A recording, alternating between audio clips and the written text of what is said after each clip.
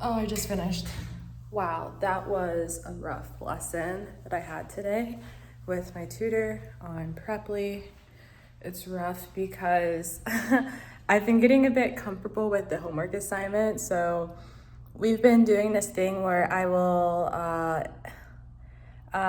escribe, gosh, or scribi, yo escribí en la diario. So I would write in my diary, or I wrote in my diary for homework. And I write in Spanish, just talking about things I did, because right now we're working on a lot of past tense. And I've been getting a bit comfortable because we've been doing it for a few weeks now. And I ended up getting to the point where, like, there's sometimes I'll say something and write something in Spanish and she's like, what are you trying to say? And so this time I just wrote everything I wanted to say in English, and then I went back, wrote it in Spanish. Such a mistake. Such a mistake.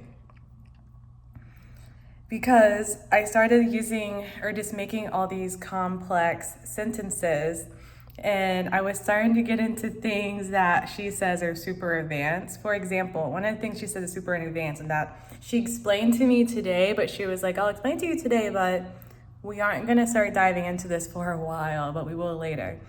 It's because I wrote this sentence about how, I wrote a paragraph about how my best friend Michelle moved to Miami 2 weeks before I moved here. And so the complicated sentence was, I hoped that she would still be here when I arrived, but no, she left. She left 2 weeks before I got here. And I haven't seen her in, this isn't part of the sentence, but the previous sentence was like, oh yeah, I haven't seen her in almost a year. And so my teacher was telling me that it's complicated because usually, saying I hope, like I hope you feel better, you do like yo espero. And mine was complicated because espero, for hoped, usually is when you hope for something that hasn't happened. But I was hoping for something that has already passed, like it's been completed.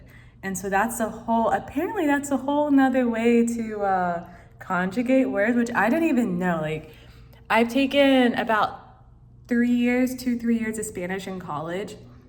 We did not get to that place. So for one, it's cool that she was explaining that to me, but it was also like, oh man, like she really I don't say got on me, but she's like, next time, don't translate from English.